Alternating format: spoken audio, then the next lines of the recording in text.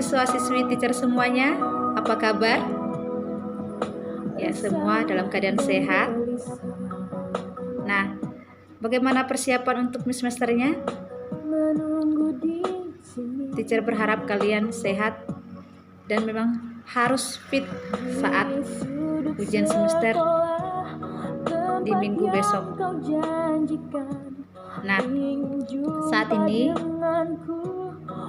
teacher akan mereview materi kita sebelumnya. Mohon anak-anak semuanya mengambil buku pegangannya supaya tahu sampai di mana materi kita.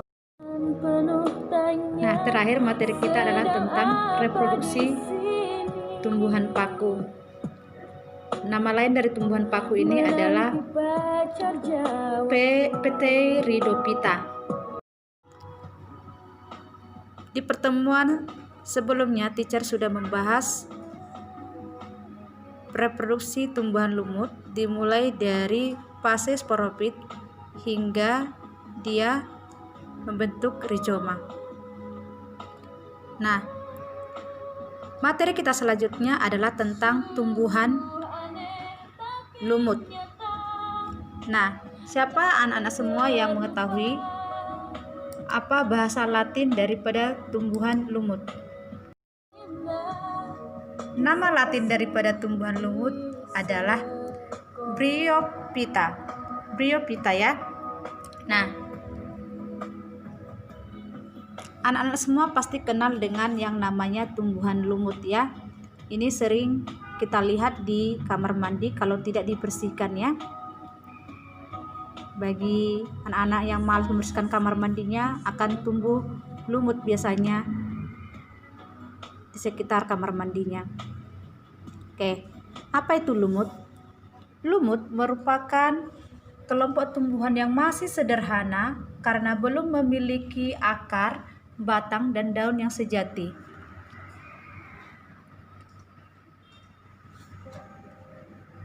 Tumbuhan lumut ini biasanya berwarna hijau ya. Perhatikan gambar yang teacher tayangkan dalam video ini. Kita bahas bagaimana sih ciri-ciri tumbuhan lumut.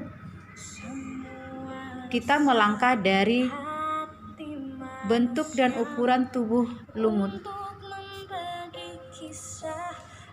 Nah, bagaimana tubuh lumut?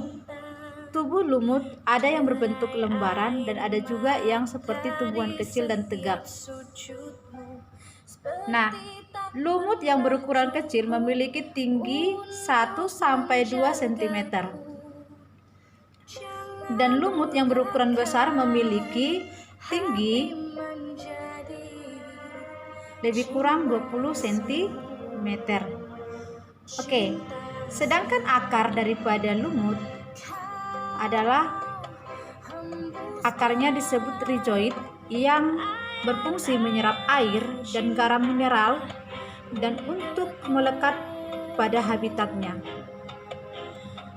Dan lumut juga tumbuh memanjang dan tidak bertumbuh membesar. Oke, kita masuk ke struktur dan fungsi tubuh daripada lumut. Gametofit adalah bentuk tubuhan lumut yang tampak hijau, berbentuk lembaran dan membentuk alat kelamin yang menghasilkan gamet. Sel kelamin jantan dihasilkan oleh sel jantan yang disebut antheridium, dan sel kelamin betina dihasilkan oleh sel kelamin betina yang disebut archegonium.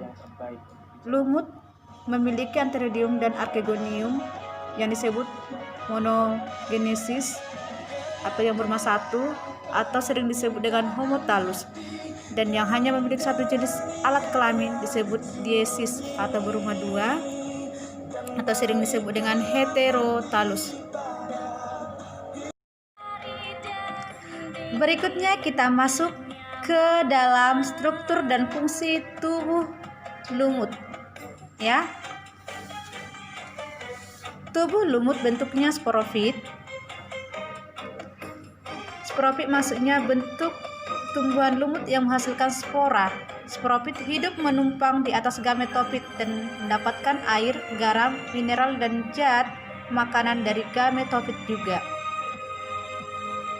Selanjutnya, sporofit membentuk sporogonium yang memiliki bagian-bagian vaginula. Vaginula ini maksudnya selaput pangkal tangkai. Ada seta juga, ya, tangkainya, dan sporanium atau kotak spora.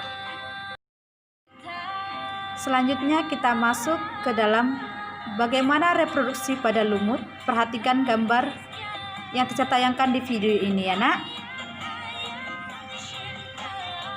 Teacher akan menjelaskan bagaimana reproduksi tumbuhan lumut.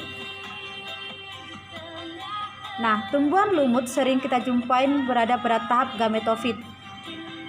Jadi reproduksi seksual generatif tumbuhan lumut dimulai ketika spora berkecambah.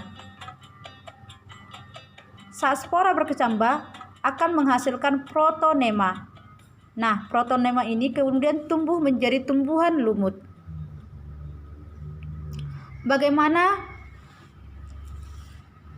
tumbuhan lumut ini menjadi lumut? Itu dimulai dari ujung batang berkembang organ reproduksi betinanya, sering disebut archegonium, dan organ reproduksi jantan yang disebut antheridium. Berikutnya, kita masuk ke archegonium. Archegonium ini akan menghasilkan sel telur atau ovum, sedangkan antheridium menghasilkan sperma yang berflagela 2. Kemudian sperma pada tumbuhan lumut ini akan berenang untuk membuahi sel telur. Pembuahan akan dapat berlangsung dengan baik apabila lingkungannya basah dan berair. Nah, hasil pembuahan tersebut membentuk zigot. Kemudian zigot ini tumbuh menjadi sporofit yang bersifat haploid atau N. Kemudian pada saat sporofit masak, sekitar berumur 3-6 bulan, akan membentuk tangkai panjang atau seta. Kemudian ujung seta berupa kapsul yang disebut dengan sporogonium. Di dalam sporogonium ini terdapat spora. Ketika spora telah masak, kapsul pelindungnya akan pecah. Kemudian spora dapat dibebaskan.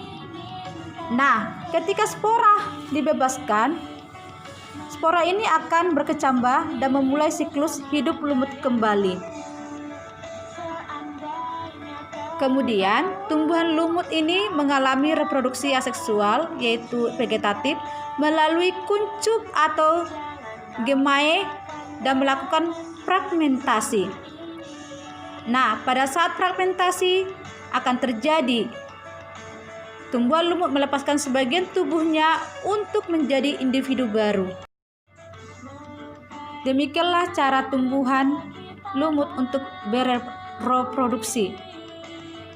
Oke, sampai di sini teacher berharap anak-anak paham dengan penjelasan teacher.